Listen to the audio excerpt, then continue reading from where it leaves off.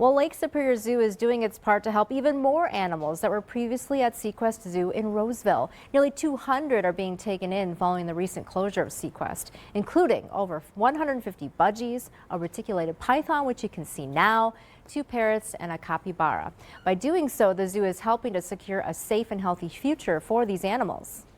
I think whenever our team is given an opportunity to play a role in saving animals that are kind of destined for a kind of terrible fate, we are very happy to step in and help.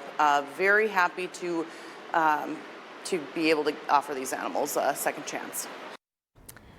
Now, while they are very happy to help out, many of the animals will need new enclosures built for them. The zoo is asking for people to help out with the cost by donating. We have a link on our website if you would like to contribute.